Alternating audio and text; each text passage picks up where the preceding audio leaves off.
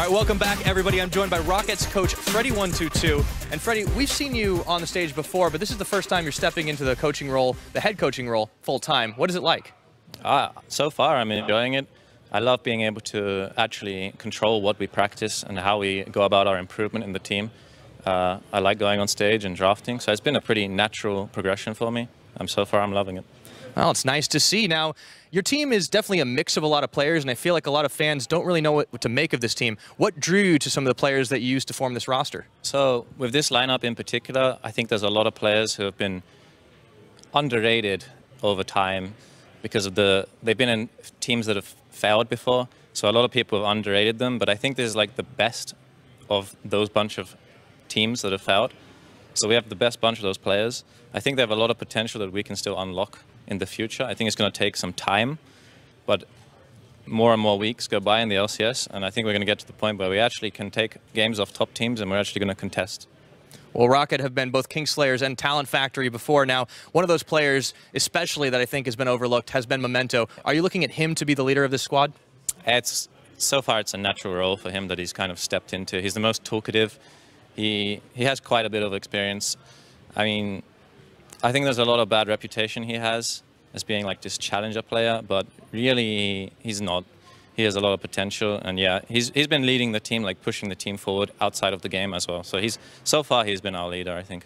Well, I'm looking forward to see that potential unlock. Thank you for joining me, Freddie, and good luck in your match. Thank you. All right, now back to you guys at the desk.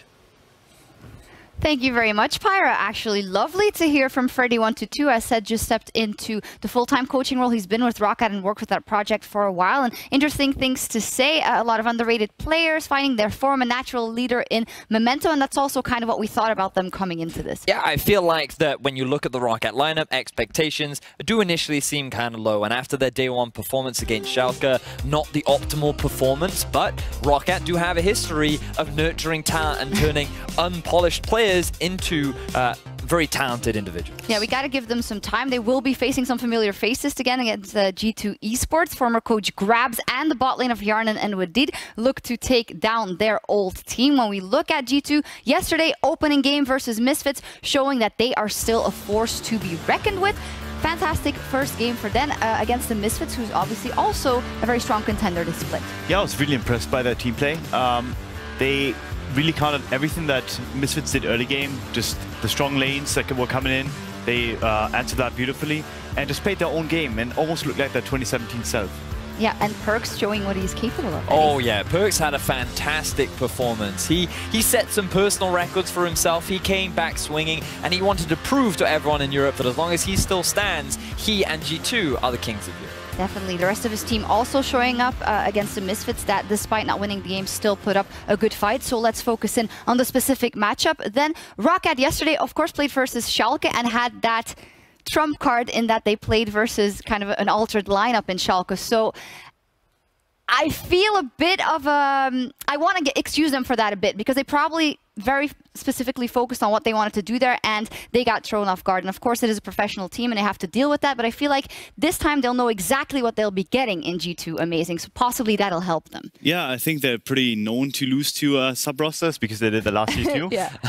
But yeah, like now they come in with a clear game plan. They're not going to be thrown off guard, and they will actually be able to execute what they want to do. I think it comes down to shutting down Perks, not giving him the ability to actually take over the map and just play your own game and just calm down a bit. Don't make so many silly mistakes and just be confident in yourself. And that's what I really want to see, because we saw from H2K today a lot of confidence, and for Rocket, I'm sitting there thinking to myself, I felt like that once they fell behind, they just kind of stopped making action happen on the map. They just gradually allowed Schalke to take control. So coming into today, just like we saw from H2K, I don't just want them to concede everything. I want them to wait. I want them to scale, and I want them to keep trying and fighting up against what looks like a very strong and tough G2 opponent. Let's focus on, while the players are setting up, one specific matchup. Jankos going up versus Memento. They both actually had pretty good early game stats throughout it. So how much will it tilt? And I don't think we saw that of a crushing influence of Jankos yesterday, because the whole team was working well, right? So is there something that we can see there? No, I actually think they have a really similar playstyle. I think overall they match up really well. Like Jankos, I think now has to settle in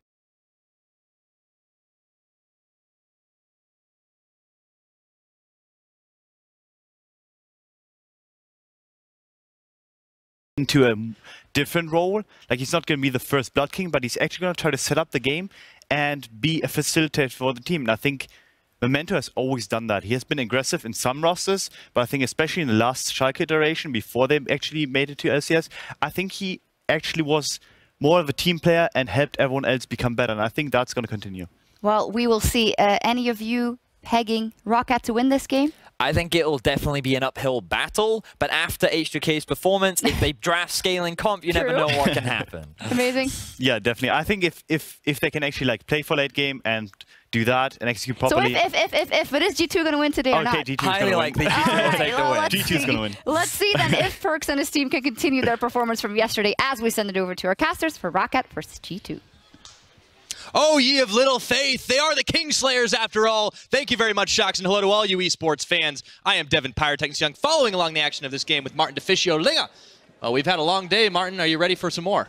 I mean, yeah. I mean, last game was amazing, actually. It wasn't even that long. It was just a lot of action, early game, mid game, late game. So I want to see the same thing here. I you want to see a Cast-In, Vayne, and Vlad comp, right? I'll take it. Okay, well, let's see if we happen. We have to take a look at the lineups, though, of the players fighting for the win.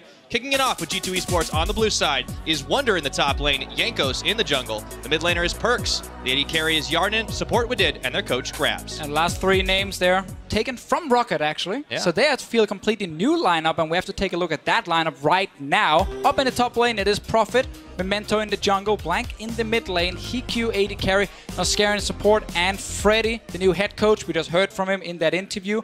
Very nice to hear from Freddy, actually, and him talking about how Memento has now kind of become the leader naturally on this Roccat lineup. He's been around the scene for a long, long time, but he's never really found a lot of success. He needs to try and lead this squad here, and I think with Roccat, I want to see them actually try and play a bit more aggressive in the early game, because I think they have some players with pretty good mechanics that can actually get some early leads. I feel like they definitely have to try and take advantage of the fact that G2 started a little bit slower on the last time, and we know that that is the style that G2 want to play, slow and steady, but trying to keep it clean. If Roccat can find some holes in the armor here as we get into picks and bans. Now yesterday, G2 banned Malzahn, Azir, and then first picked the Ryze. They can try and do the same thing again. Funny enough, they also started with the Shen ban, so looks like Grabs is just reading the same page he read yesterday and said, yeah, let's start with Shen, Malzahn, Azir. Get the best champion right now for Perkz, which is Ryze, because it allows him to be more aggressive early on. And of course, Kallista's removed as well, still rocking a significantly high ban right there. As we continue, balls over back in the G2 court. Do they stick it with the mid once again? Or do they do something different? Again, Azir ban into Ryze pick makes sense. Roccat can then ban Ryze, though, in the last one here. There is still a lot of very contested picks that the teams like to trade. Sejuani for Jarvan is one of the examples. Now we can get Ryze for Azir, as we've seen probably a million times already in this meta. It's interesting they decided to hit at Memento here with the Kazakhs. I mean, there's so many carry junglers in the pool right now, but it's the Ezreal that actually ends up getting banned over against Yarnin, so Roccat focusing on that AD carry, but it leaves up the Ryze. Yeah, and this again is the pick for Perkz, because if Azir gets locked in here by Roccat, Perkz is fine with that, because he can pressure early game and then he can leave mid lane, go top, go bot lane, make some plays happen. Roccat right here putting a lot of trust in Hiku and his late game team fighting. I like this pick a lot if you've already seen tanks, and especially things like Tahm Kench being locked in. I think can be a little bit risky for Roccat right now to grab it this early on, because now G2 can draft a comp that can actually deal with this late game hyper carry. One of the answers, Jarvan with his ulti, you can't really get out of it. Yeah, well, Tahm Kench can't always kill people when he's on that side. So for Roccat, trying to go all in on this Kog'Maw might bite them in the behind. We'll see if Blanky does lock in that Azir. We enter the ban phase 2. So Kog'Maw's not the only punch they're packing. A lot of late game damage from Roccat here. A lot about protecting the backline, Blank and Hiku. G2 Esports are more looking towards the early mid game at the moment with this draft, where they can be so proactive with Jarvan and Ryze together. Something Roccat needs to be able to deal with. They got absolutely destroyed by Nukdog and his Ryze yesterday, and I would say Perkz is as good. If, you know, he's certainly up there there on the debate if he's slightly better at playing Ryze than Nukdog was. We know how the rhyme goes, but Perkz has definitely been shutting that one down in recent times. We'll see what they end up picking up next. Of course, it's still in the ban phase 2. Varus was removed by Roccat. And I want to highlight Desire is available, but we don't see it very often without Rakan. So I don't necessarily think that's going to be a choice for Yarnin. And then I'm looking at things like Sivir, if they want to have this permanent push on the bottom side, or Tristana, something that's actually used a lot in other regions, but we're not seeing it too much in Europe at the moment. Yeah, handful of games. We'll see if it ends up being the choice here. Still some time on the board as Rocket have one more ban to consider. And they remove Caitlyn, so heavy targeting of Yarn in this game. But G2, ball's back in their court. Do they take that Trist? Definitely is a good choice, but we know Yarn always loves to play his Sivir. And again, with the push into tower dives from a Jarvan and a Ryze, it is definitely a potential. For G2, it is Rocket first to pick on their side. And we saw a Vladimir blind pick come in yesterday against G2, and then Wonder just responded with Cho'Gath, and he was more than happy with that. G2 actually want to play a lot of tanks. They don't want to play necessarily these super aggressive all-in comps, at least if we base it on Perk's interview from yesterday. It could change depending on what Rocket shows now, because Wonder is the kind of guy who can always pick carries. Yeah, you did mention the fact that this G2 composition that they're already building does have a lot of pressure in the early and mid-game. If they double down on the damage, that might get a little faster, but as you mentioned, it's not what they've stated in their intentions. Zac now, do jungle. we get to see the Zac coming in? Memento on the last second locks it in. Good ganks, but not the greatest skirmish. Once again, there is that Tristana we talked about for Yanan. Lock that in instantly. Top lane, blind pick for Wonder. You can go for a tank and just be like, you know what? No matter what you pick against me, I'm at least going to be useful in team fights. Ornn is one of the safest choices right now. We saw Ilaoi earlier. We did, but it didn't exactly counter it because the entire Well, he got team ganked, yeah, like did. 5 million times. So that obviously kind of ruined everything. Gnar is also open, but that's a matchup that's gone in favor of Ornn multiple times in EU LCS. Will they switch some stuff around? Is Zac top? Nope. There's Gnar hover. I'd be going back to the stock standard. Okay, Gnar's locked in for prop. He's going to have his work cut out for him to deal with Wonder's Ornn. And Wonder on day one, I mean, had a pretty impressive performance already on that Cho'Gath. I want to see what happens when he takes the Forge God. Always love watching some Ornn here. Great Ornn players can set up fantastic ultis that hit multiple members, can win lane really hard. Like, one thing that will most likely happen in this game is Wonder will push early game up in top. Perks will run Spellbook, so you can get an early teleport and use that to get back to lane quickly and get the push against Azir. And then Perks will roam top lane and just kill this Gnar.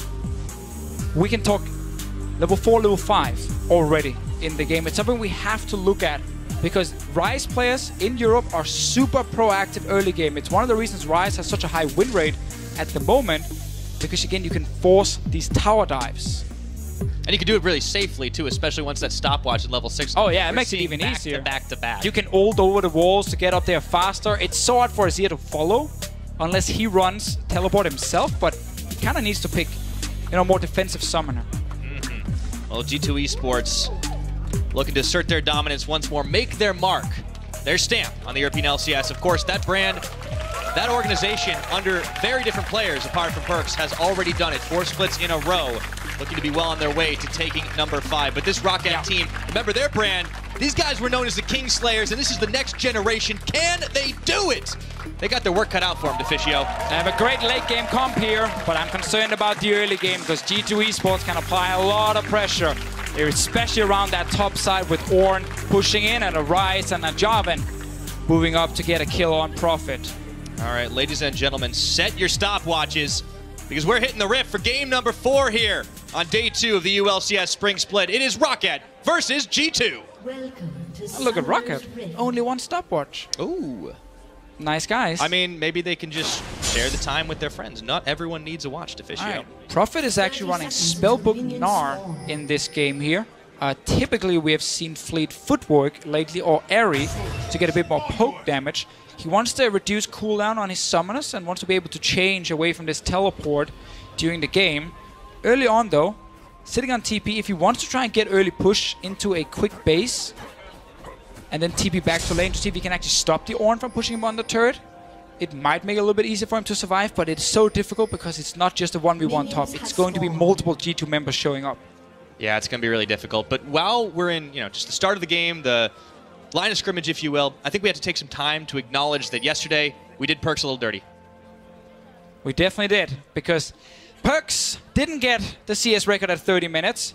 He was then complaining and whining and writing to us that it was unfair because he did in fact have the EULCS CS record at 28 minutes. We checked. We went back and checked. Exactly. So to not make Perks mad, we have now invented a new thing, which is the CS record at 28 minutes in the EULCS. And that goes to Perks. Congratulations. Yep. You can't take it away from the man. At 28 minutes, he has the best farm. And he beat Xpeke 1 CS. Yep. One CS that more long than ago. Xpeke had. So Perkz holding that record for now. Yeah, well, we'll see if he's able to double down on it. Maybe this game won't go quite that long. But we're getting things underway, right? And now we're showing the EU players that if you just write to us and complain about stuff, we just invent new titles for you. Don't spell it out for them. All right, moving on. We'll see what Wonder's able to get done early up against Prophet here. Of course, the Gnar range and the fact that he's got that little bit of extra damage always ticking is going to harass Wonder at the very least. And I got to change a little bit here because I actually think the runes we're seeing on screen now are wrong. They are from the last game played. Yanin definitely is not running Spellbook Tristana. We did just see airy damage. Yeah, so ignore these runes for now. It is in fact not Prophet trying to innovate and be the Spellbook Gnar in the top lane. He went instead, as you just highlighted, for the more safer choice, a bit more poke damage. I already had that Gnar transformation, of course, as well. But as you pointed out, it's been real hard for just about anybody to deal with Thorn. The one time we tried to see that allow a counter pick, it got shut down pretty hard. And Wonder has already kind of proven himself as a pretty weighty top laner in this split. Yeah, and Wonder had a great Cho'Gath game last time around. Happy to play the tanks here in G2 at the moment. He had a good trade onto Prophet as well. But one thing, again, we need to follow is Perkz in the mid lane on Rise. You start with heal when you run Spellbook here. But when you go back the first time, upgrade to tier, you pick Teleport, you instantly TP back to the mid lane and you start perma-pushing it. Azir cannot do the same. There's no Spellbook on his side. And when that happens, and Perkz gets enough mana from, again, that tier, first of all, you can keep the lane pushed in, and then you can start roaming as a Rise. Either you do it very early in the game, or you wait for level 6, and then you use the ulti to just jump over a few walls, and then you tower dive the enemy top laner normally, because it's just one member sitting up there alone. Not just like clockwork right now. think You do we see got the updated runes runes this finally time. in, yeah. We got them ticked over while you were on your speech, Deficio. Yanko's getting a little bit of early vision clear. Of course, this early stage of the game, it's all about trying to get that incremental vision and make sure the junglers can safely make moves into the enemy territory. So an interesting thing happened right here. Blank actually took a very early recall and went back to base. Bought second Dorans and a dagger here, so he's not waiting for Perkz to recall the first time and then lose the race back to mid, because Perkz can just TP back. He's actually doing it very quickly, and he's okay losing 1 or 2 CS for it. He even gets the CS, so he didn't lose anything. Great back timing, and that means now when Perkz goes back to this lane, he's not able to just get a quick early push and then roam. It becomes like that little chess match back and forth when you see the matchup being played so frequently. Azir versus Ryze, things like that, especially in this meta, even if we're only a few games in, that you can kind of start to predict what's going to happen. Yeah, Perkz even saving the TP, not using it back to lane. Meaning his tier. He can use it in case he needs to defend a potential tower dive against his own top lane or bot lane. Not that we're expecting a lot of action on the bottom side just yet with Tahm Kench versus Braum. No, it's all about that top. You see Memento making a little sneak around the side, but I think he's mainly hard to get the gank on. Yeah, he's mainly waiting to see if Jankos will just quickly show up, because Prophet is very overextended and Prophet wants to go back soon for the first time. A couple of love taps traded down to the bottom side, of course. Yarn with Deed facing off against their former team. Of course, this duo really got themselves a lot of, I don't want to say notoriety last year. They really, really stepped it up, especially in the later half of the split. Yeah, they became the biggest names on this Rocket lineup. Yanin came back, was actually out of the LCS for a while, but then started playing again here on Rocket last year, and then Wadid came over from Korea. No one actually knew him. Yep. Wadid was joking about being this random Korean that just showed up in Europe, and now both guys really made a name for themselves and played well enough that G2, one of the biggest organizations in Europe, decided to pick them up. Yeah, really adopted the whole European moniker for himself as well too. Like, he's one of those guys who's like, oh, you know what? This is my home. This is where I am. And it's nice to see a player like that makes a big decision to transplant their career so early on. Just so handily adopted. We often hear about Koreans feeling homesick, wanting to go back eventually. But Wadid and Yarnin, I mean, that's a bromance story that you really can't beat. Oh, and it's always very fun to watch them play as well. Together, great synergy, and Wadid, bit of a crazy man down the bot lane with supports here. When he's not playing Tahm Kench, he does like to play very aggressive. TP in this one here with his spellbook, used it already. Jankos is finding Memento in the jungle. 1 level up here for the Jarvan. He wants to take that fight. He actually sidesteps away from the stretching strike. Oh, we might get a little fight here. This is going to be a little hairy, but Wadid swallows up his jungler and gets him out of dodge. All right, making sure Jankos doesn't take any damage. Doesn't need to use a flash either. Perkz did not get an early roam in this game here because Blank had that early recall and returned to lane, but Perk's still looking for something with the Rise. Yeah. I mean, you mentioned, though, that this was going to be the pretty obvious game plan here. Let's see if he's going to get something instead on the bottom side. Realm Warp aggressively. Going to bring Medivh to the party. And now Heatq is trying to waddle away. Quick heal to try and preempt things, but Jankos is going to get the Cataclysm down. There's the stopwatch. In comes Memento to try and turn them back around. G2 in enemy territory. No kills. A lot of small mind games right there. Jankos knew it would be very hard to kill Heatq, so he just hoped he could force a flash with that EQ combo. But Heatq was like, no, I'm not going to flash it because I'm going to Hourglass. And then if you ult me, I can then flash after, or I buy enough time for my teammates to show up. So Heatq actually saved his flash. Did have to use the Hourglass, obviously. So the instant here. Let's see what happens here. Okay, Perks is going to get pushed on back. Memento goes forward. Perks has already flashed away. Scoo sticking on as he flashes back in. And there's the soldiers. But once again, the stopwatch ticks away. And it's flash for first blood. Big plays. Smart plays here from Rocket. Heatq surviving in the bottom lane. Then when Perks shows up in the mid lane, Memento followed him. And Blank was ready. Knocked him back. Quick gank. Nice start here from Rocket. Good plays. And they're reading what G2 wants to do. I mean, you described the early G2 plan in excruciating detail, Deficio. We're going to take a look at this kill again, and I want to get back to another point, but we'll see what happened with Perks. Yeah, Blank just stayed mid lane at the moment, right here, and Memento followed, so the moment Perks showed up, they were ready to gank him, and see what happens here, another fight. Jankos just got transplanted. All right, Memento's out of there.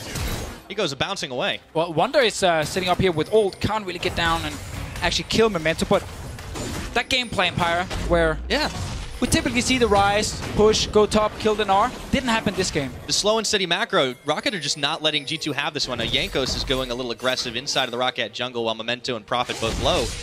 But yeah, things are definitely taking a turn for the unexpected, and I don't know if it's going to be enough, but Rocket, they've got the late game you mentioned. This is a good start for this team. Yeah, I really like the start here from them, making sure that Rise doesn't get any early kills, which we see so often here in week 1 of the LCS. So many good Rise performances. This one here slowed down a lot.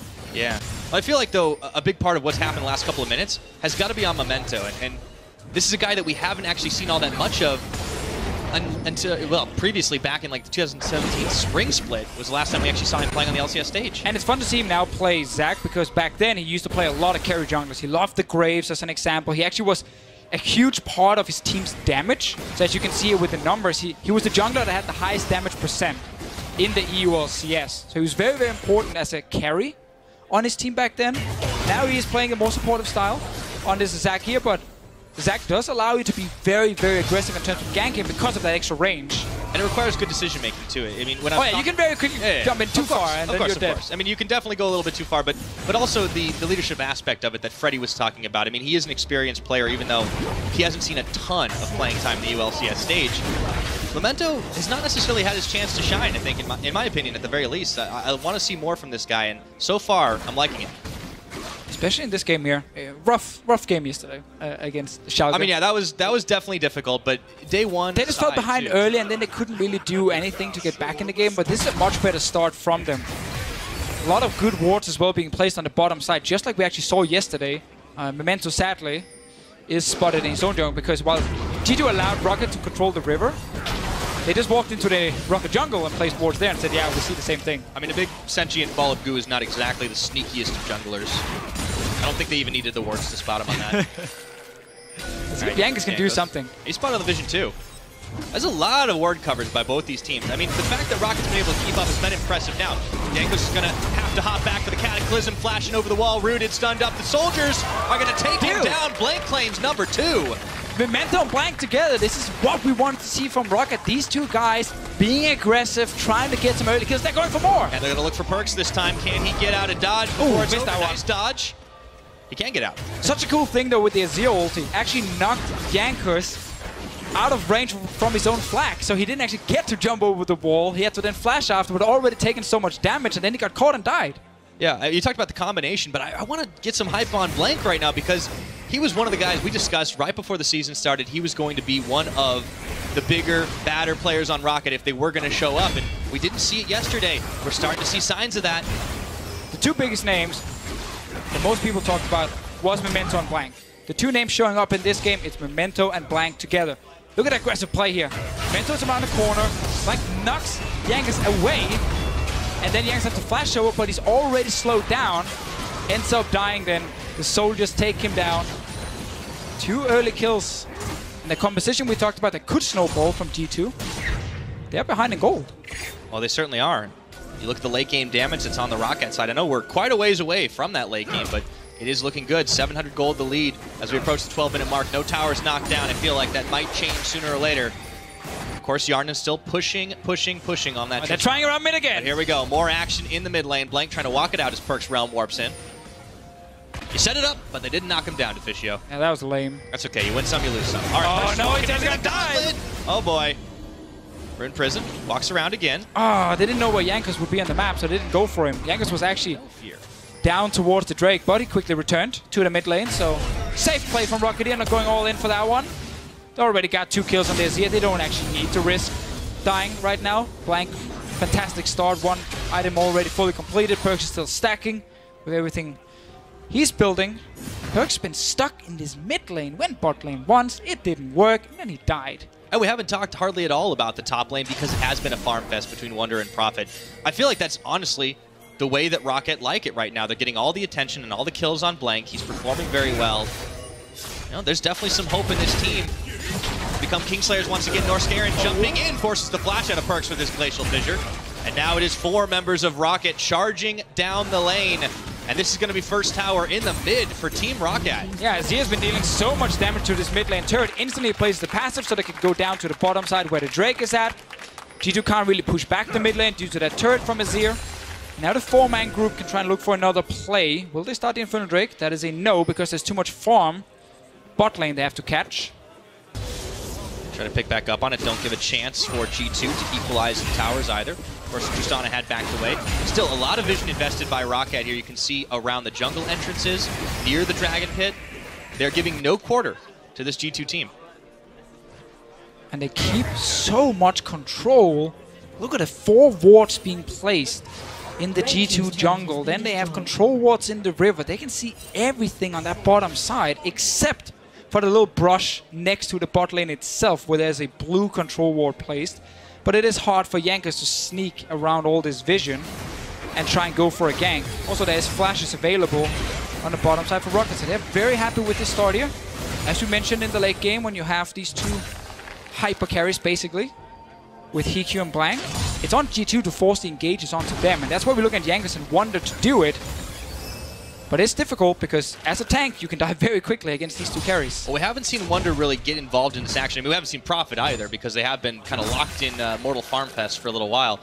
I want to see what happens once we start getting into those bigger skirmishes. The Dragon is going to be a very enticing objective in this game. The Infernal Drake, the extra damage, AP, and AD it grants, that can mean the difference in a lot of late game. Now, you can he's see spotted. Jankos, he did get spotted, but he starts things off, and they are in position to do it.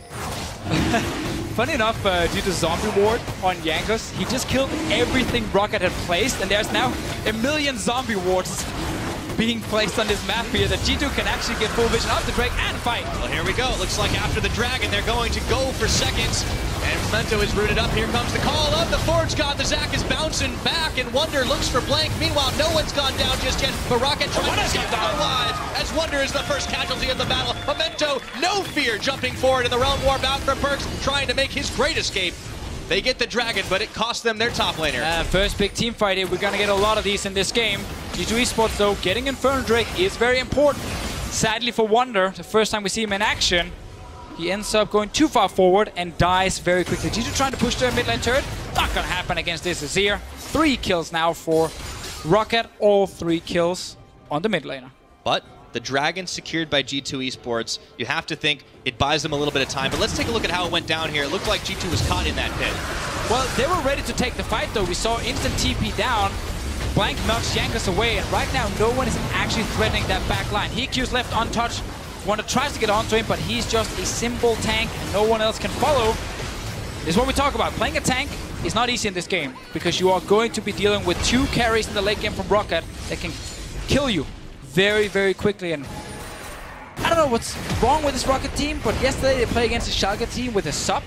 They get destroyed. Now they play against G2 Esports without a sub. And Rocket up 3-0, getting a Rift Herald, almost 2,000 gold ahead.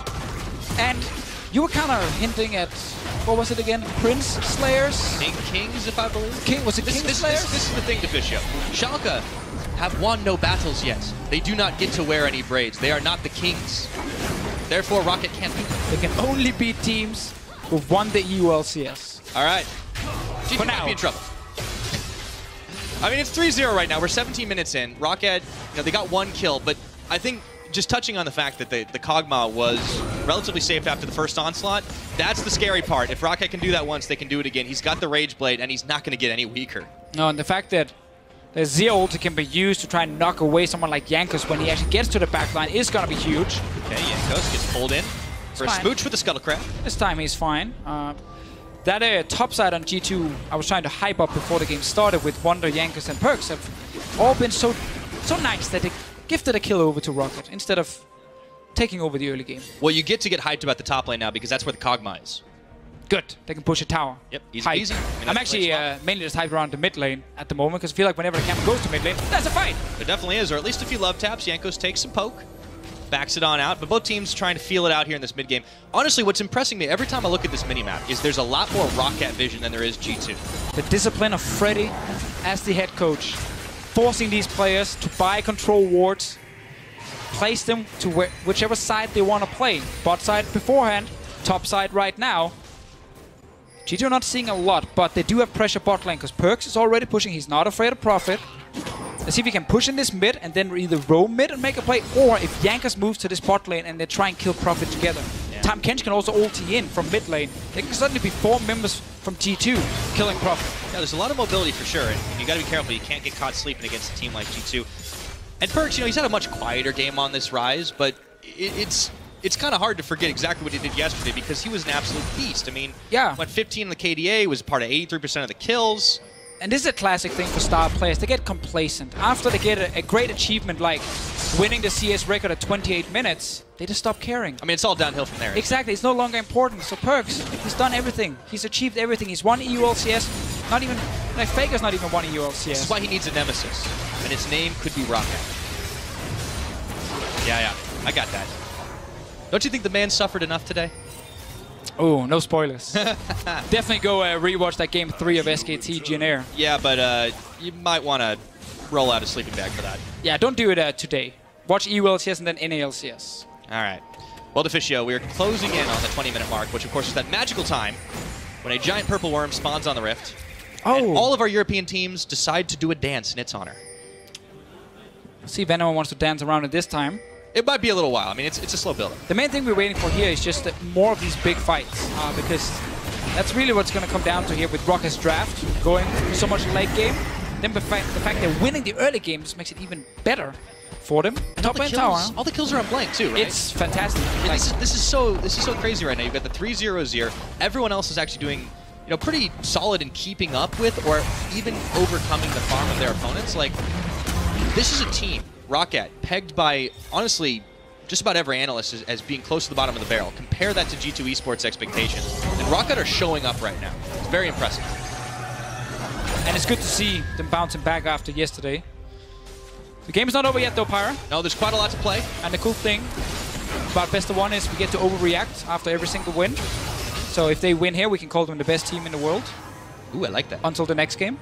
Yeah, it's technically true. Or at least best team in Europe, because they beat the former. That's what happens. You beat the best team, you become the best team. That's how it works. Yeah. That's how BO1 works. I think they call it the unofficial championship belt. Don't know where it is right now. Somebody on Reddit knows. We'll ask about that one later. It always disappears for like a year, and then randomly someone finds out, oh, it's actually in this tournament now, and they're like, oh, okay, now suddenly it's a Worlds. They're starting Baron at 21 minutes. Yeah, that was a quick one, and it's completely blind. Is that Rocket Vision again? Can G2 sniff it out? No one is checking. Jarvan. Nobody knows this Memento. He's hard tanking. There's so much damage on Blink. He's got it. And they just take a 21-minute Baron. I love it. The investment in all these control wards in that topside river paying off here. G2 did not expect that little Baron attempt, and there's Zir plus tank jungler. We've seen that from Fnatic as well, to sneak a Baron very quickly. This is done much earlier in the game though, 21 minutes. Rocket are playing a great game, and they're punishing a passive G2. Yeah, they've already been playing those side lanes. Oh, Prophet, he's looking for the chase down. Goes Meganar. Can't catch up with Perks at this point, but Perks just does not have nearly enough damage to fend him off. And look at the damage CQ's dishing only on 2 items. The Runan's Hurricane now completed, and they are eyeballing a march down the mid lane. I also just love, again, seeing all these zombie wards now. Yeah. Because, again, Rocket places so many wards and Jankos kills so many of them, there's so many zombie wards placed. I wanted to say, when you mentioned it earlier, there was a little bit of action going on, but that's how zombies work, Deficio. It only starts with 1, and then before you know it, the entire map is full of zombie vision. Oh, I've been playing They Are Billions quite a lot. I know that feeling. Yeah. They get to one house and the game is over. Imagine a map entirely filled with vision. Every brush. It would be weird to play League of Legends where you could see everything at all times. It would suck to be a jungler. Just turn off Fog of War. Yeah, that actually because it did never surprise anyone. It was like, oh, he's right there. I think we go back to like duo top. Probably, yeah. Yeah. Or just ARAM. I mean, we already see ARAM in EU LCS. We did earlier. Anyways. Bot lane tower, baby. Yep, PQ, Norscarin, pretty easy peasy take here. And G2, I mean, this is that slow snowball, the rotation around the towers. They're not reacting to it right now, and they're going to be in for a whopping deficit if this continues. Because G2 have fallen so far behind, not been able to force any plays with the Rise roams, they don't feel they can really start fights at the moment, because if Jankos jumps in, he dies so quickly. HeQ with that Rage Blade Hurricane, Blank with 2 items as well. Like, Jankos is not tanky enough to do anything against I don't think anyone's tanky enough. That's a lot of damage. Okay, let's see, because the heal eaten up by Wadid. Oh, HeQ, he's angry, man. Oh, that is the savior right there, but HeQ, he wants to unlock his potential. Freddie was talking about that with this team. I didn't expect it to happen so soon. Well, HeQ and the rest of Rocket takes down another turret now. It is not the one in bot lane just yet, but that is the next one on the menu, using this Baron buff very well. Big goal lead, and HeQ is such an interesting player because he's been in EU for about 2 years now. He's always on bottom teams, but he always talks about how he just wants to have one split where he plays consistently well and proves himself. And we see one game every second or third week where HeQ does really well, has really good team fights, and then we don't really see him for a few more weeks. And it's kind of been the story for him, and why I guess a lot of people are not rating him as one of the top 80 carries in Europe. He really just wants to show with this Rocket team that he deserves to be in the LCS. Yeah, well, so far, I mean, this is definitely a solid case for that. And in a pool, you mentioned, of 80 carries that is just so ridiculously stacked. I mean, it's a great performance to start putting on. Obviously, there's still plenty of time in this game left to go, but he's got the right protection. Norscarin on the Braum has been covering him. Memento has been setting up the dives, the plays. I mean, everything is coming together, and HeQ is the central part of his strategy. Remember, they picked that Kog'Maw first. Profit runs away from Perks here. Hides behind the minions. Jankos, this is what we actually talked about like 5 minutes ago. How G2 could send Jankos to the lane with Rise, play around the strongest member and try and kill Profit to take down this turret. Perks will get to just deal with it on his own because the rest of Rocket, they're pushing on the other side of the map. And remember, Perks is sitting without teleport. He can't join the fight. Yeah, it's all well and good to knock down tower number 2 for G2, but Perks, as much as you try to wail against those objectives, Rocket are just going to hit that much harder with 4 members. It's 6 towers to 2, a 5,000 gold advantage. Team Rocket are the ones controlling this game. I can't believe it. I mean, even though I've been seeing it for the last 25 minutes. I just really like the game plan. They read everything that G2 wanted to do early with the Rise. Flank him back to lane, try to perma push it. They reacted well to that first roam to the bot lane where HeQ just used the stopwatch. Smart choice, picked that from him. And then they took down mid lane turret and started killing everyone on the top side. So even though it's only 3-0, the game has not been slow because there's been so much focus around Rocket pushing down these turrets and also that early Baron. We're still waiting for the big team fight where G2 might have a chance to get back. But I think Rocket's comp in these big late game team fights is very, very strong. Yeah, you mentioned at the very start of the game that the strength that Rocket had was the amount of late game damage, and you kind of always have to say that when there's a Kog'Maw, but Blank getting his 3 kills, not hurting at all. Yes, there have been dragons going the way of G2, but it feels like those have been consolation prizes. They've been trying to grab objectives on the map. They haven't been able to do much up at this top side. Both the Rift Herald Baron went Rocket's way, and they haven't let up on the gas pedal. I would love to see early Locket come in from Memento, and then you get redemption on the Braum, and then you just have so much protection for these next few fights for that back line, because PQ just needs to stay alive for like 5 to 6 seconds with his W active, and he's killed at least one tank on the side of G2. Maybe he's even taken down a second one. So you gotta use everything you got. Knight's Vow, Locket Shield, Redemption Heal, just to make sure HQ does not die early. Well, they can put up such a huge defense, right? I mean, you've got the Emperor's Divide. You can use that to knock the team away. You've got Braum's Unbreakable. If you've got a Gnar, you can Meat Shield, Memento. There's so much CC on this team as well. It just seems like a well-drafted composition. It's nice to see from Rocket.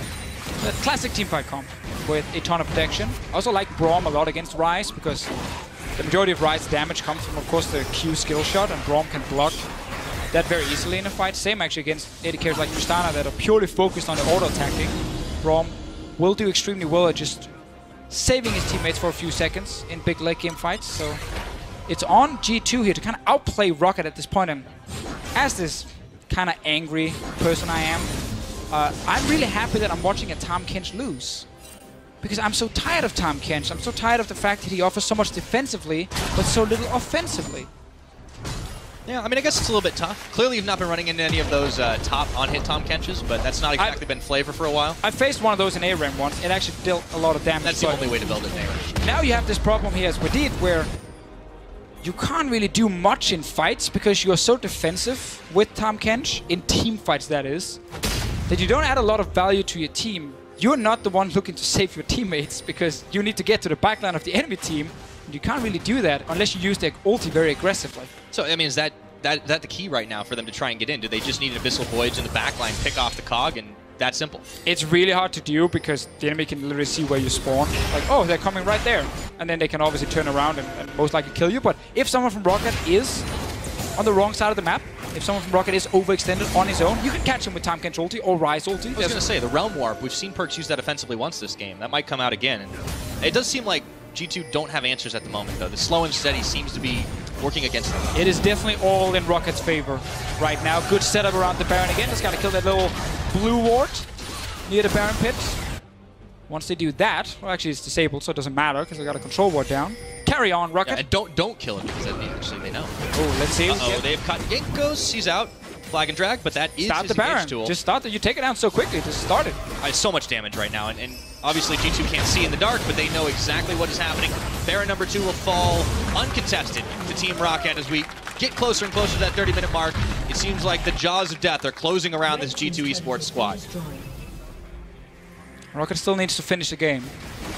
I've been teasing a big team fight the last 25 minutes. This is one of those games where it always comes down to one, and you've barely seen any proper fights. It comes down to one if Rocket wins that fight. Well, yeah, of course. Then it comes down to like a dozen more. Yeah, yeah. If they lose it, then suddenly G2 are like, okay, great, we can win another 2 or 3 fights. Well, here's how you hedge your bets. If you're Rocket, you take everything else on the map, so you strangle G2 out. One of the fun things, Pyre, is when we have 36 roster changes, the most ever in the EU LCS. We look at all these brand new lineups, and we come in with all these crazy predictions before the split, saying, oh yeah, this team's going to be the best, this team's going to be the worst. And we're wrong. Well, yeah, for now. I mean, we're only week 1, so let's see what happens in the next few weeks. But just watching some of these completely new lineups show us something special on stage. Like, Memento and Blank, great synergy in this game, good to see. HQ needs to show up in a big team fight. Rocket wins this game. Hype for them at this new lineup. Early on, they didn't have to wait a few weeks before they started clicking.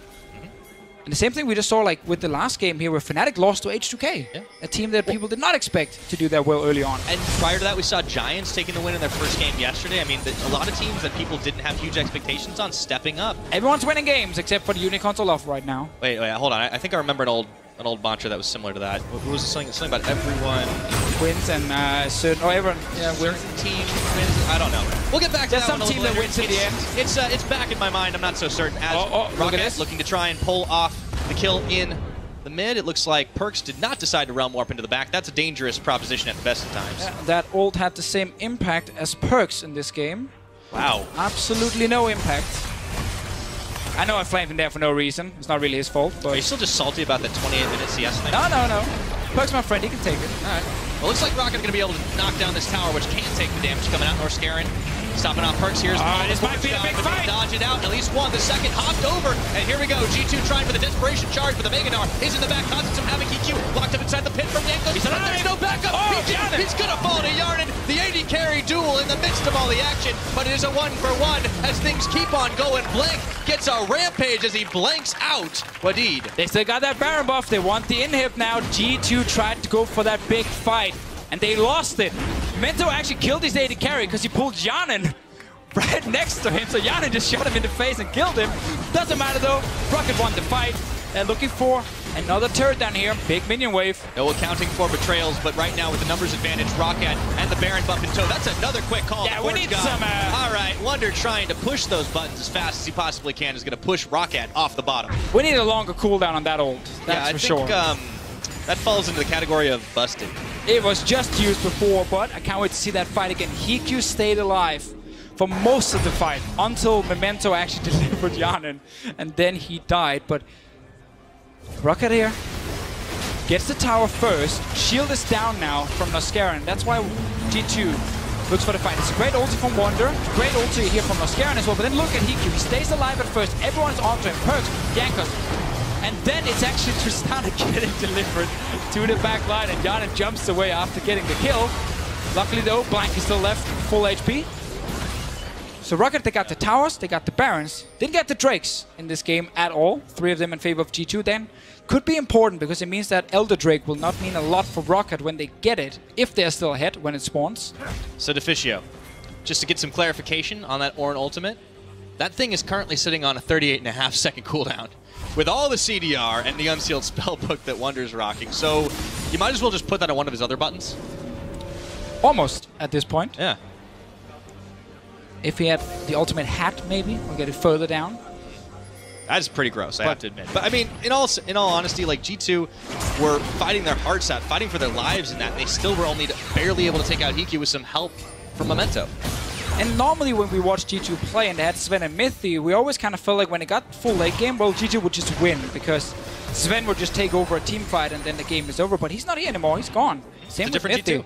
Jan and Wadid needs to show that they can also carry in late game fights. Because right now it's not about Wonder and Yankos, they're mainly just tanks. And playing Ryze in late game fights against 2 frontline tanks and a Braum with his shield is also very difficult, so it is a lot about Yanin. His positioning. He's currently lacking penetration to quickly burn through the big front line, but he does sit with a lot of damage here. I actually like Essence Reaver a lot on Tristana to reduce the cooldown on your rapid fire, your Q, which is the main DPS boost in Tristana's kit. There we go, Memento looking to jump in, decides not to. Yeah, we talked a lot about Hikyu this game, but yeah, the opposite number, Yarnin on Tristana, that is definitely a scary champion once you get past that 4-item threshold that he's now at. He's only going to get stronger and stronger as the game wears on, but he's got to be able to pull off those big outplays. And actually right now, Prophet is not sitting with a lot of armor, so it's not really an issue for Yana. I did talk about the penetration before. There's a bit on Memento's side, and there's quite a bit on Noskaran's side, so it will still be useful for him. But he can at least burn through Prophet fairly quickly. All right, G2 trying to hold fast to their base. Down on the bottom is the Theater of War. A couple of crits, just love tapping onto Rocket. Not going all in just yet. Memento eyeballed another jump, decided better of it. And they get back underneath the Sun Disk. And they're going to reset, try again. Baron, of course, long gone. But the Elder Dragon is going to come up pretty soon. Sucky Elder Dragon, though. You don't want it if you're Rocket. You want G2 not to have it. That's very true. If you are Rocket, you're kind of annoyed right now because you feel like you're going to win every single team fight, but you need to get the team fight first, and G2 not allowing anything. That's the stallback, right? I mean, it seems like the win condition, like you're pointing out, is going to be on Yarnin if he can deliver and dish all the damage. They have a lot of CC to set him up. Yanko's obviously not been shy of jumping in head first. He's been trying. Hard for him, though, to do anything else than just ult and then hope his team can actually kill someone. Yeah, that's one kind of game plan. It really feels like G2, if they can't kill the front line of Rocket fast enough, then they have to just try and dive the back line, and that's what Yankos is going for. There we go, Yankos, he does get stopped up because on Hikyu. Dives in, looks for Hikyu, but he can't quite get it, so he jumps in the pit for the rest of the team. It's occupied, and Hikyu says, I'm not trapped in here with you!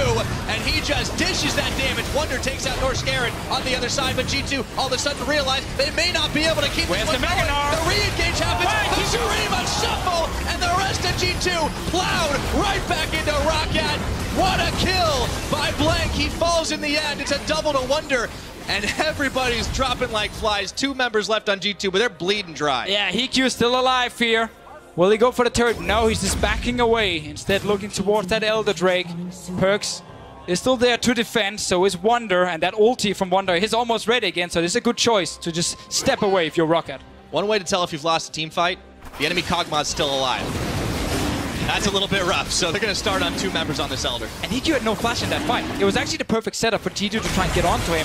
Jankos doesn't get the knockup, just misses, but he does trap EQ for a moment at least. Perkz is denied entrance because of Prophet on top side, and now everyone is trying to just kill Memento, but his passive is ready. And if Prophet just had Mega now earlier, he could have gone in for a huge play, but it's very late in the fight. He gets it. Tries to use that TP to make sure Memento stays alive in the passive. Very split fight. But the fact that EQ survived without flash means he has it now for this next team fight. It's going to be around Baron. Desperation, here we go. Can G2 fire it down before all said and done? It looks like they've zoned out. So this time, G2 managed to pick up the Baron, but it's yet to be seen if they can get out with their lives. Prophet chasing on North, Garen flashes. G2, oh, they are trying to get out. That's not a death ball. That's a we're afraid of death ball. Let's see the cutoff around the side. Here comes Prophet. Narbar coming, but they are out of there. Nice escape, courtesy of Perkz Party Portal. Everyone gets away on the side of G2. They also used Wadid's ulti to send all 5 members up towards that Baron. I think it was just him and one other guy being left behind. And obviously that's where the time Kench is so valuable. Transporting 2 people very quickly, and Rocket couldn't react as fast. So G2, they're holding on. Last team fight was dead even. That was close, man. And that Elder Drakes we keep talking about, it doesn't mean a lot for Rocket. So Baron for G2, much more important.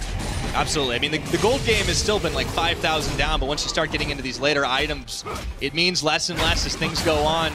There's a lot of protection. The Ornn enabling some of those item upgrades, of course. It's, man, this is so tense of a game, Deficio. Yanin went for a defensive choice here. Getting a bit of MR, upgrading his Hexstring into a more here. I don't really like it at this point. I don't feel like you need to defend yourself as Tristana with your range. I think you just need as much damage as possible, because you need to try and match what EQ's doing on the other side. I think just getting more raw damage would have been better for him, but he's obviously accepting the fact there is a lot of magic damage on the side of Rocket. I just feel like if he's getting hit anyway, well, then they might have already lost the front line and the fight could be over. Yeah, that could be a little bit rough here. Because it's always like when you have these late game fights with 2 scaling AD carries, you're always looking at who can kill the front line first, or who can catch that AD carry out of position, take him down first. That's a guaranteed way to win the fight. Otherwise, it's just a battle of who kills the tank first. That's the long, drawn-out fights we've already seen a few of. EQ's flash is ready, so it's hard to kill him quickly, meaning it might be a battle of which tank can stay alive.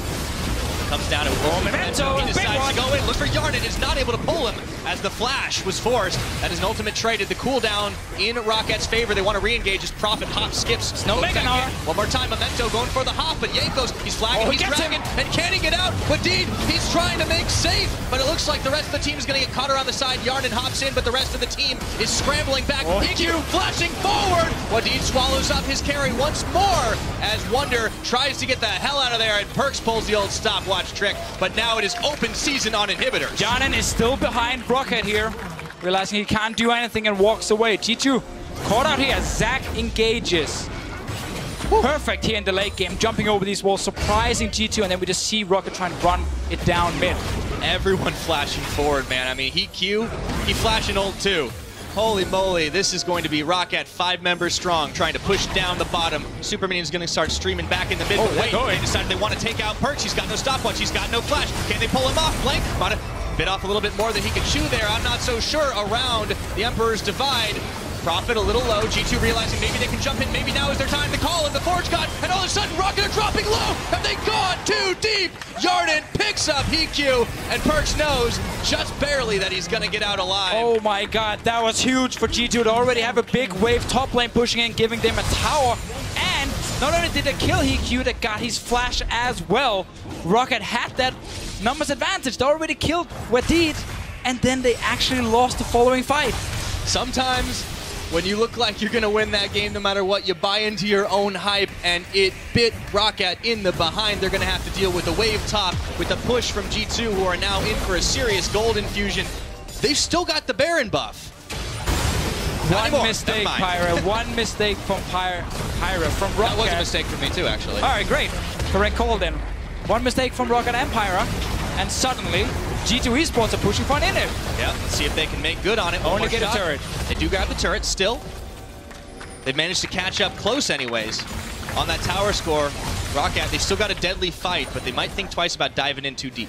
And I'm missing some defensive items on Rocket's side. We can talk about that later here. Let's see what happens. It's 4v5. They land the Bronc Q onto Perks and then think, okay, we can dive in and kill him. But Prophet is on the other side here. So is Q when this fight starts. There's a lot of free damage being delivered. Janan takes the one-on-one against the Minion, wins that one-on-one hard. And then it's a great engage from Jankos. Ulti in, then he lands the knockoff. Q used the flash aggressively in the previous fight. So no way out once he actually stepped forward. That flash is so important for him. He really needs it back. Sometimes in the late game, it's actually worth it to get CDR boots for Q here to get lower cooldown on his W and try and see if he can actually get more survivability in these fights. Yeah, I mean, he's got so much attack speed already, he could probably just sell his boots, trade it back over. But yeah, setbacks here for Rocket as we get past 40 minutes into this game. It does seem like we've had quite a few long ones today, Deficio. But also, if you look at Rocket, they just completed the first locket on their side, 42 minutes in. Memento also went for Knight's Vow, so they put one on Blank, one on Q. I think earlier there, they could have gone for even more huge shielding from the team, but Memento probably feeling like he's diving into the enemy backline, so he won't get to lock it on his carries, and that's fine. But then I think he could go Knight's Vow, and Scarin could have rushed an earlier locket for himself. But anyway, small things in this game here. Double Knight's Vow, and the locket is here this time around. It'll come up again. So, we talked a little while ago about it coming down to one fight if Rocket wins it. I feel like we're in the alternate scenario here. G2 trying to claw their way back. But we have a lot of even fights in this game. We do have a lot of even fights. Now, G2 is still going to have to defend. The bottom inhibitor is open. Yangus is top lane right now. It's a 5v4 all of a sudden. That's going to be free time on inhib. And I don't know if Rocket are going to stay around. No, they got to have one more shot on that. Let's see if they can take this fight as Jankos is once more rejoined. It is very scary to fight in the side lanes against Ornn because his ulti is so huge with the range. You kind of block because there's a wall underneath you, and there's a giant Ornn ulti coming from the top, and then it's very hard to not get hit by it. So Rocket playing it smart here, just stepping away, not trying to go all in for the fight. They were looking for Wonder. Down bot lane. Fight it here instead, especially around the mid lane. Much easier to dodge around the Ornn ulti. Yeah, G2 out in the open here. Now Baron's about to spawn in 20 seconds. That should be the next staging ground for this epic battle. Back and forth. Remember, 6 kills and 9 doesn't quite tell the whole story of how this game has gone down. G2 taking an advanced position around that Baron. Get a couple of wards down. Rocket are not far behind. Last game was extremely close between Fnatic and H2K, back and forth. Great team fights. This game doing the exact same thing. Very exciting games here in the EU LCS on day 2. Rocket looking to again try and upset G2 Esports, but G2, they're not backing down. Yana's been playing well in these fights. There we go.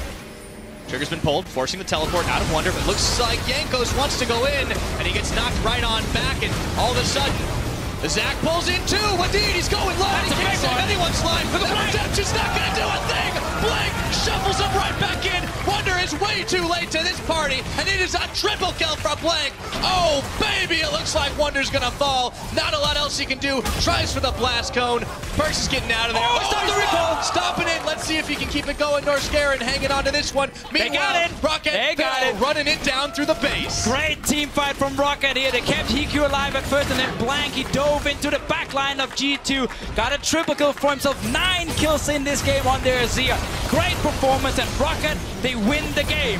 Very, very deserved. A last-ditch effort from Wonder and Perks to try to save the game. But with the Nexus Bear, it is clear that Kingslayers once could slay Kings again. They keep doing it, man.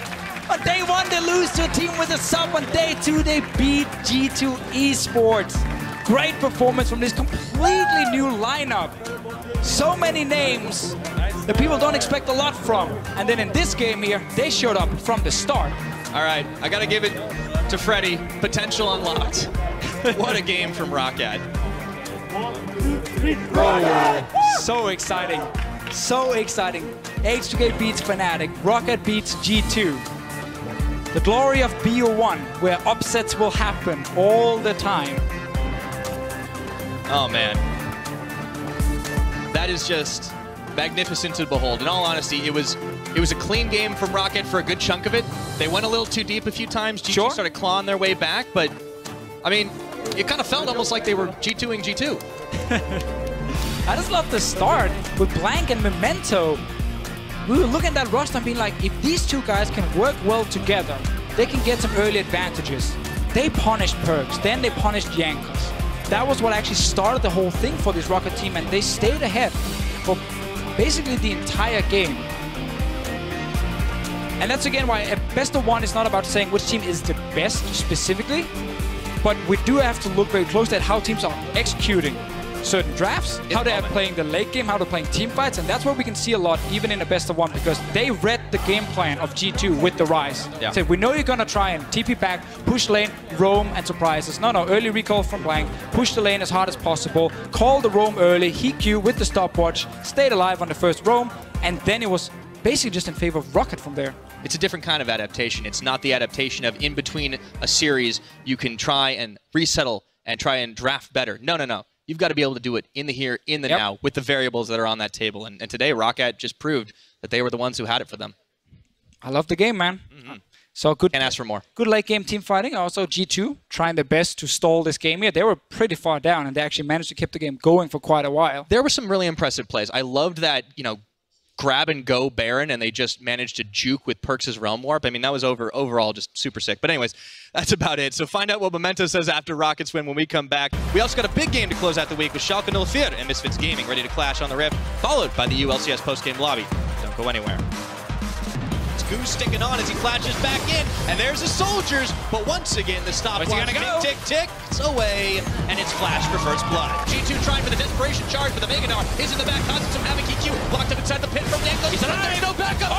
He's gonna fall to Yarnan. The AD carry duel in the midst of all the action. EQ, but he can't quite get it, so he jumps in the pit for the rest of the team. It's occupied, and EQ says, I'm not trapped in here with you, and he just dishes that damage. Wonder takes out Norse Garen on the other side, but G2 all of a sudden realize they may not be able to keep this one going. The re-engage happens, the Shurima shuffle, and the rest of G2 plowed. Time to call in the Forge God, and all of a sudden Rocket are dropping low. Have they gone too deep? Yarnan picks up EQ, goes wants to go in, and he gets knocked right on back, and all of a sudden, Zach pulls in too. Indeed, he's going low. He can't save anyone's life. The redemption's not going to do a thing. Blank shuffles him right back in. Wonder is way too late to this party. Very deserved. A last-ditch effort from Wonder in person trying to save the game. But with the Nexus Bear, it is clear that Kingslayers once could slay Kings again.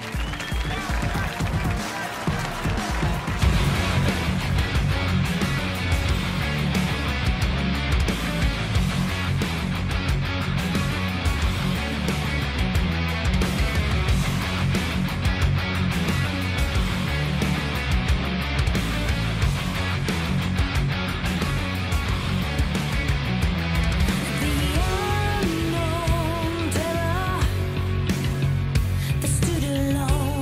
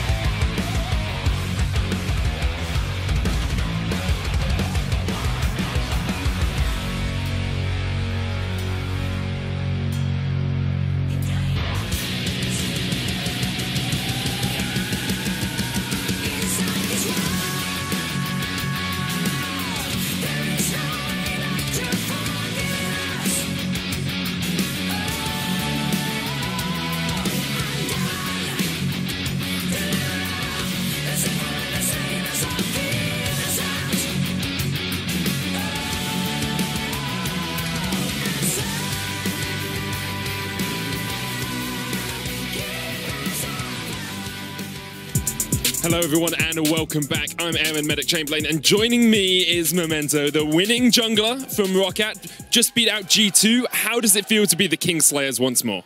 I mean, it feels awesome, man. Like it's really nice to see our hard work actually paying off. And considering last year I was with the Giants and we got completely demolished. We got the perfect game actually by G2. So I've always had this kind of grudge, you know, that I want to fight them, you know, because they've always been so good.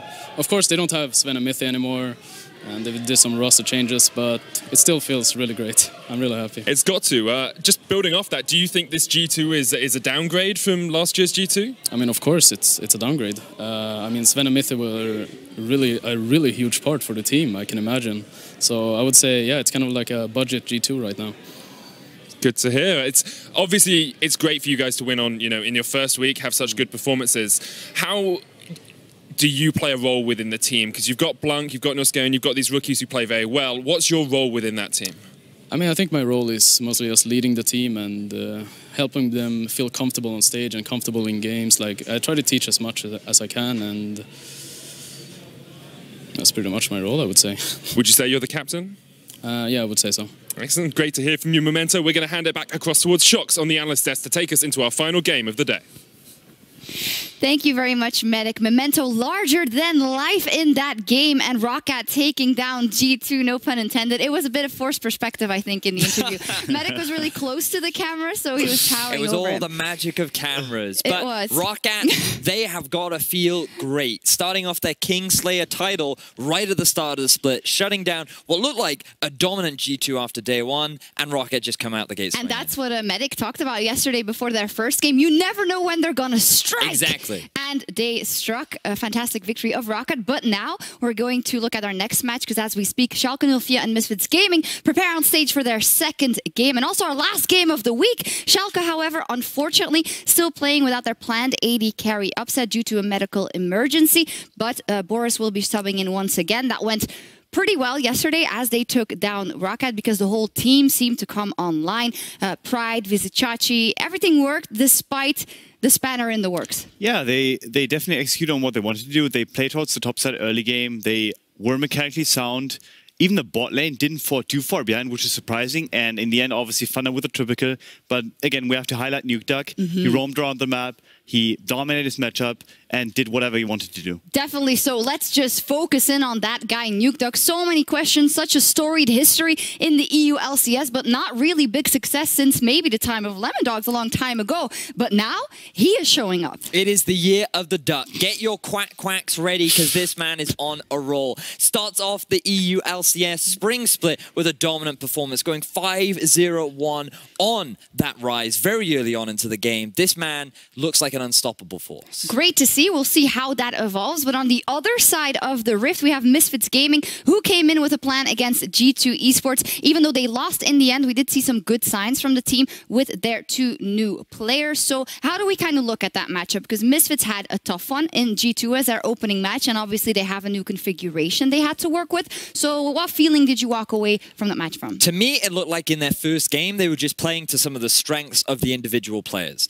Senkox was able to get a champion that would influence the side lanes rather than him trying to dominate his own lane in the 1v1. Maxlaw was on an early playmaker in the form of Lee Sin. Mickey was on another playmaker in the form of the Rakan down in the bottom lane. And it just felt like that they had a clear plan going in. They looked to execute upon that plan in the game. But then unfortunately, the execution didn't quite come out right as they had hoped against G2. So how much do you fault them for that, so to say? Do you respect them then from taking this route and having this clear plan, knowing that they weren't able to close it out? Well, to me, I still feel like that Misfits still looked strong. It was just that G2 had the answers, and their composition allowed them to better work into the mid and late game. So I felt like that Misfits, they just kind of drafted themselves into a bit of a corner once their early game didn't work out the way they wanted it to. Yeah, they definitely still look good. I think that some of their early play has to be cleaned up.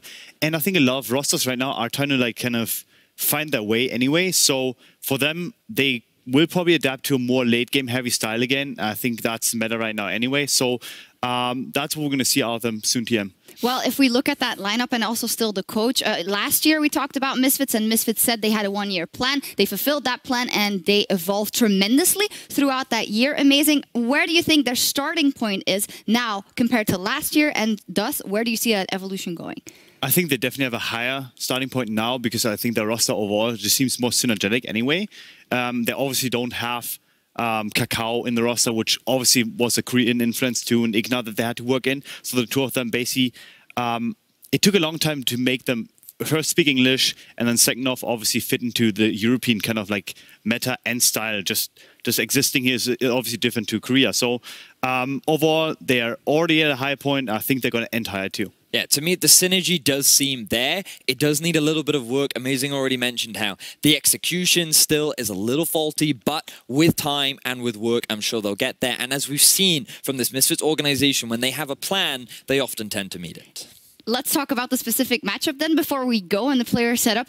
Schalke, yesterday you could say, well, Roccat, they were surprised and they didn't really know what to do. But on the other hand, you could also say, well, Schalke maybe had that surprise factor because even though they weren't prepared to play like that, there is an element of shock that they then adapted to. Boris turned out to play phenomenally. Vander is apparently a god-tier AD carry as well. So is now that novelty maybe worn off, and is it maybe a bit harder for them to repeat what they did yesterday now that they've shown something? Definitely is going to be harder. I think that Misfits per se also is a better team individually, so I think the bot lane will not go the way it went yesterday, where they go even, but I think they will actually abuse the matchup.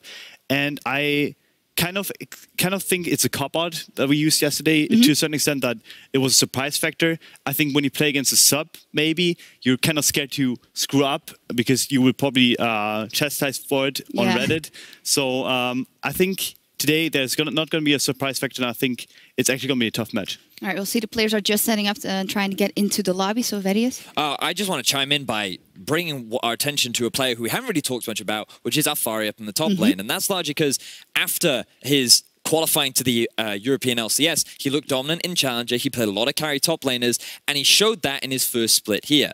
Then in Summer, we changed the meta, he was on a lot more tanks, not as impressive, but now we're back towards this carry meta. We saw him bring out the Vladimir before, and I felt like that he had a good performance, and today, going up against Vizicachi, I'd like to see a bit more focus back towards the top side. I want to see this British duo invest toward the top side and see if they can make some of that UK magic happen again. Go full lads up there and go up against Vizicachi, because we mentioned Nukeduck and all the rest of the members, but hello, Vizicachi yesterday was an absolute powerhouse as well. So I think there's going to be a lot to look out for. So can I get a prediction? I feel like this is one that can go either way, so I'm going to put the hard task in your hands and also allow you a bit of an explanation. I think that Schalke looked cleaner yesterday. Obviously, Misfits lost, so it's a bit harder to predict. But I think Schalke had a lot of things going for them that were even away from their bot lane, which obviously was a replacement. So I like the top side of the map, and I think the top side of the map will win the game for them. All right, Schalke vote from Amazing. Verius? I think that Misfits are the favorites coming into this. I think that they've seen what Schalke brought out yesterday. I think they'll identify the weaknesses in the bot lane. I think they'll come in with a good plan, and they should be able to take the win. I believe they've heard us because the players are ready. Misfits, they will be looking to strike back today as they go up against Schalke. Pyra, take it away. Thank you very much, Shoxon. Yeah, wow, divided Dest officio. Who do you give this one to? Oh, making the caster predict here. I know, right? I'm throwing you that bias going into the game. I'll tell you what, I'll save you. We'll do the lineups. The viewers instead. are going to win. That's the right answer. All right, let's pull up our lineups. For Misfits Gaming on the blue side, it is, of course, going to be Alfari in the top lane. His lad in the jungle, it's Max Lore. Senkooks in mid. 80 carry Han Sama. Mickey X the support, and their coach, Hussein Musfi. Yeah, yesterday, tough game for Misfits. Great game, though, from Schalke's side. And they're the next team we have to introduce here, because they're on the red side today. Vizicachi still up in that top lane, Pride in the jungle, Nukeduck mid lane, and now it gets spicy. Budget Forgiven, also called Vander, is the AD carry. Boris secret is down there to support the secret weapon, and Andre is behind the team as the pick and ban coach. You see the man on the screen right there. Came over from Giants, who he qualified to the LCS with.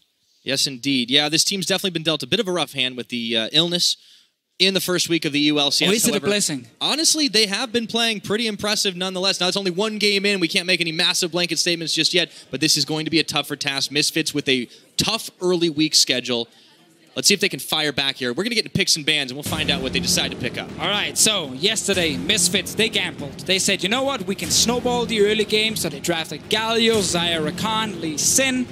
it completely backfired. They didn't get any advantage in the mid lane. They didn't manage to execute tower dives. I think they might just take a step back and say, okay, maybe it was too much focus on trying to early snowball against this double TP meta that we're kind of seeing in most games. So we could see a more late game focused Misfits. And I wonder who they decide to target out, because there are a lot of weapons on the Schalke side.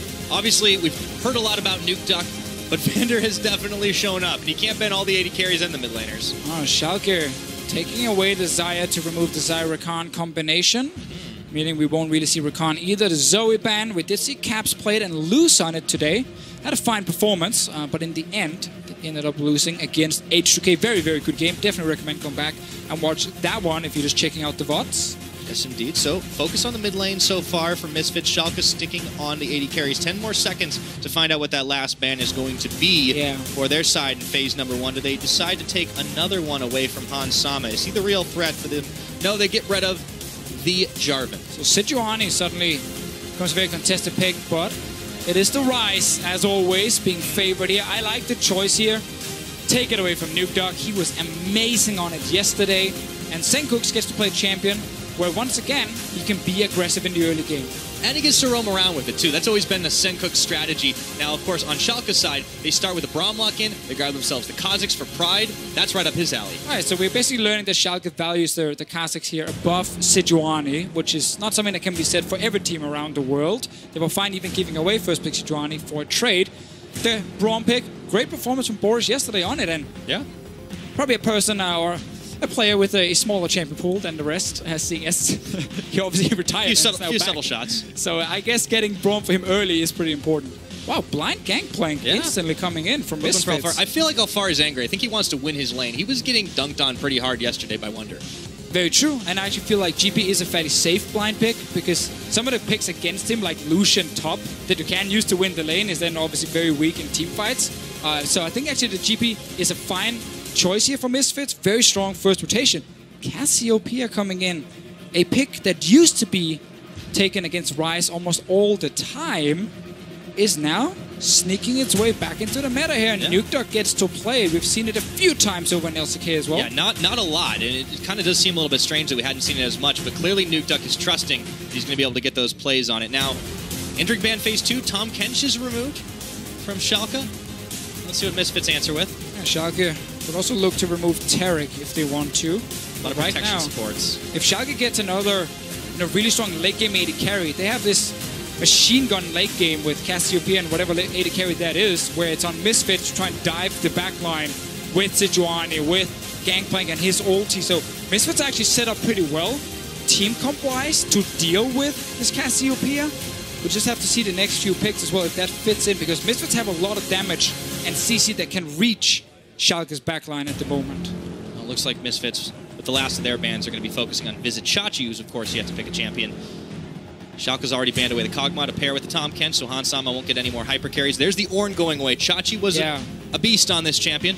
And I really want to see if Chachi wants to take a carry top lane and try and shut down GP early, because GP's laning phase is not super strong. He does get pushed in by quite a lot of matchups, and you can then tower dive him, especially with things like Cassiopeia. Sorry, I mean with Kha'Zix. So if Visit Chachi actually takes a matchup where he can push and win early on, they can try and shut down Alfari. But Chachi yesterday, he played that Ornn basically to perfection. So I think it's a smart ban for Misfits. Talk about the machine gun from Schalke, though. They're going to add some more firepower to their artillery. Yeah, it's the kind of setup. Vander on the Tristana. Misfits thinking about the Varus. It is one of Hans Sama's most played champions. Of course, very powerful, very popular choice. Yeah. Add some more lockdown and CC to their composition. And Misfits have always done well when they bring utility from the AD carry role. Hans Sama adds wave clear and, of course, his ulti to further strengthen this Misfits team fight composition.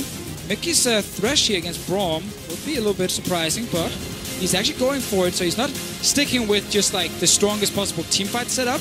Wants a bit of pick potential here. I was going to say, I feel like this gives them a bit of flexibility on the Misfit side, and it seems to make sense, right? They had a very one-dimensional strategy yesterday that got shut down hard by G2. This time, they can go one way, they can go the other, and for Schalke, this last pick, this is also another Chachi special, the Cho'Gath that was so popular last season. And it is a pick that can push early on and try and set up very easy tower dives. if he gets a jungler up there, if Nukdog can roam. But it is difficult for Nukdog to really leave his lane against this Ryze here. You can follow with ulti, and with the spellbook you just grab TP early. But that thresh here from Mickey, showing me that Misfits are very confident. In fact, their bot lane can make plays happen early game. Schalke's bottom lane yesterday fell behind in CS, just wanted to farm and do nothing else. Vander didn't hit every single last hit, so he missed a few minions here and there. But then in teamfights they actually did much better, and when they got some help. So I think Misfits are saying we're confident we can beat that 2v2. We take the Thresh, we pair that up with Sejuani ulti and her stun later on from Sejuani's passive coming in. We pair it up with a Ryze single target CC, and you have a lot of pick potential on Misfits' side here if Mickey is unlocked. Well, Mickey's done it before on that Thresh. In the vein of great support players across the European LCS's history, we'll see if Misfits can pull it off and secure themselves their first win of the spring split up against Schalke. We've been in a sub situation. Looked damn good. But can they pull it off against the Misfits? It is going to be an epic battle.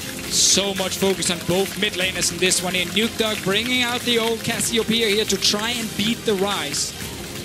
So much focus on Schalke's 2 carries, sitting in the back line, trying to kill the front line of Misfits. But there are a lot of things they have to deal with, like a gangplank and the barrels. Oh yeah.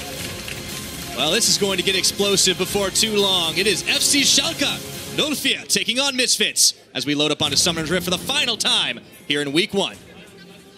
Sun setting on the Rift. A single Chachi fan in the crowd. It's very passionate though. 2 Chachi fans in the crowd. And multiplying. Let's see in this game here. Nukdog is running Phase Rush on this Cassiopeia here, so wants the additional movement speed for himself. There's not a lot of great keystones for her, which I think is one of the reasons. She kind of suffered a little bit after the big Runes Reforged change happened. But Phase Rush is okay for her. Yeah, the only other time it's been picked into Ryze this season, of course, was BDD earlier on. That didn't win that game, but over in the LCK. Nukdog, though, very confident in his ability as a mid laner. He's been around for a long time. Yeah, he's been here since season 3, man. He's old school. Back then, you were good enough to play LCS. I'm glad to say good enough to play and not just good, because then I would have to call you out for lying there. Yeah, no, it's okay. I got you. I got pretty carried. I'm many things of Deficio, but a liar is not one of them. Good times, though, getting paid for getting carried by Bjergsen.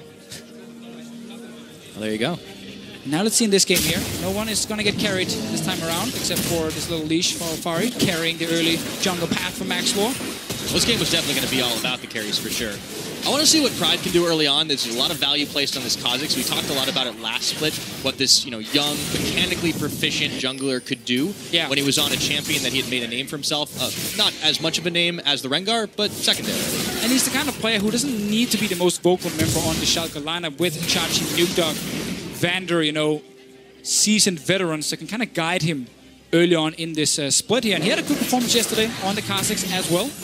True. I mean, he's not the only one that had a good performance, too. I mean, I honestly can't heap enough praise on the likes of Vizichachi. He's not a comfortable champion here, but he's got so many comfortable champions, and he's made so many things happen in his time on the Unicorns of Love. Yeah, the biggest thing for Vizichachi is, of course, MVP in 2017 spring, and then also the fact that he's made all-pro team every single season, man.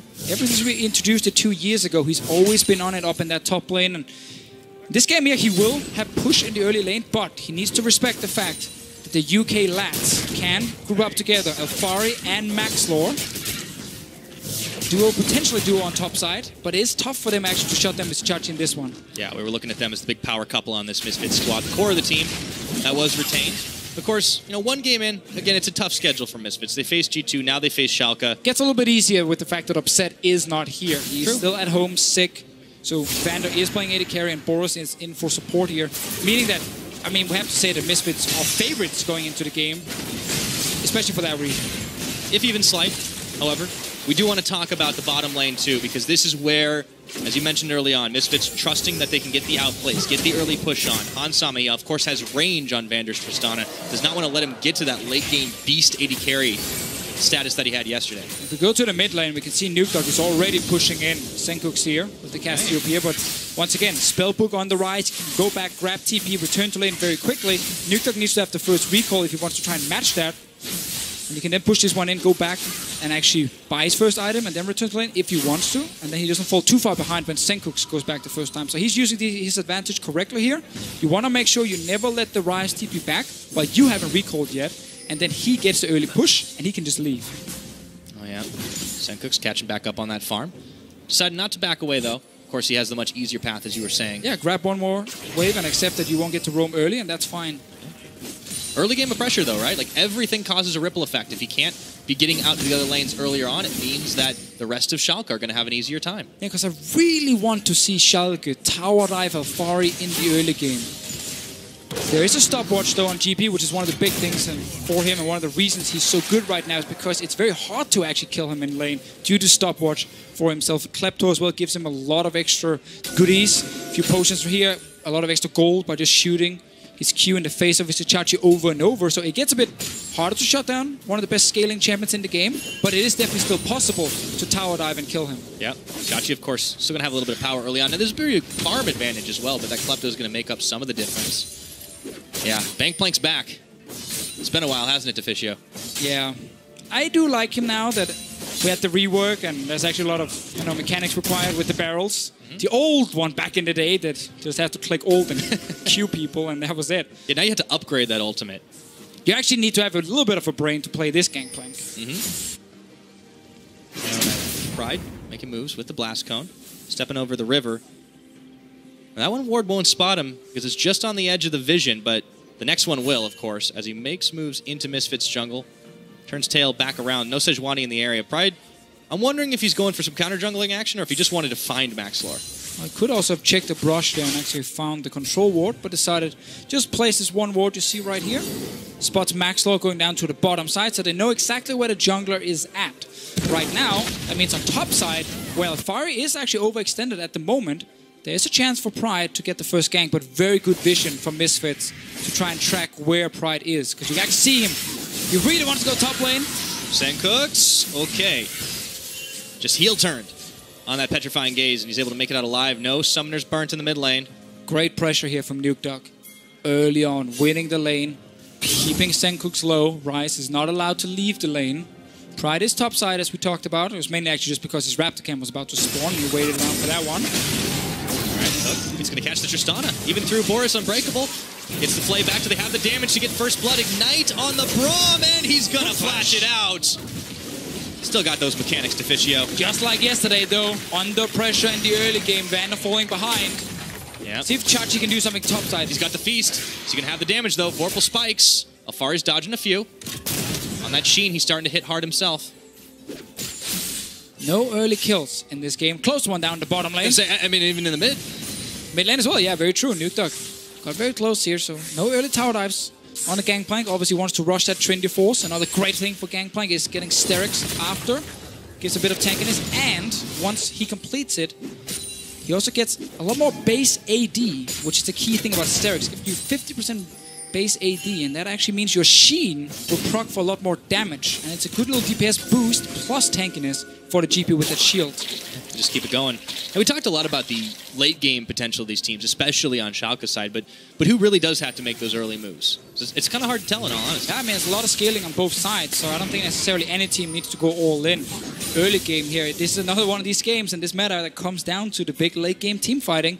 Obviously, Misfits with the Thresh pick are saying they want more early game on the bottom side, and they are using it right now. So for Misfits, one of the goals is get this bot lane tower down. They can use GP ulti, they can use Maxlor, and of course a roam from Rise later on in the game. For now though, they're looking top. Mr. Chachi. Right in the brush, Maxlor. Oh, Chachi's going to check right into it, jumping out with the Arctic Assault. He gets silenced, but the Permafrost is on. Chachi is able to wander back under tower. Ooh, sometimes placing the ward itself is a dangerous affair. So they get Vizichachi low, so he has to consider recalling, but he does to get the free farm here. Alfari is fine not joining the action, just wants to keep farming and farming and farming forever. Alfari has definitely been a little bit of a different player lately. I'll talk about that as Hans Sama, isolated, gets jumped on by Vander and Boris. He's able to turn it back Mickey's around with coming a piercing now. arrow, and Mickey trying to head them off in the Keep pass. ulti. Getting some assistance from Alfari, flashing forward, gets the play back, the hook, and it's going to be point blank. Pulled in, Vander with a swag stopwatch, but that's not going to do much, but save a few seconds. First blood to Mickey X. Oh, Vander almost needed to just stopwatch the hook instead, but he couldn't. Pride is here now. They're looking for some revenge, so they have the damage. That is a lot courtesy of the electrocute. Even Nuke Duck is coming in with the miasmas. Oh, and the twin bang.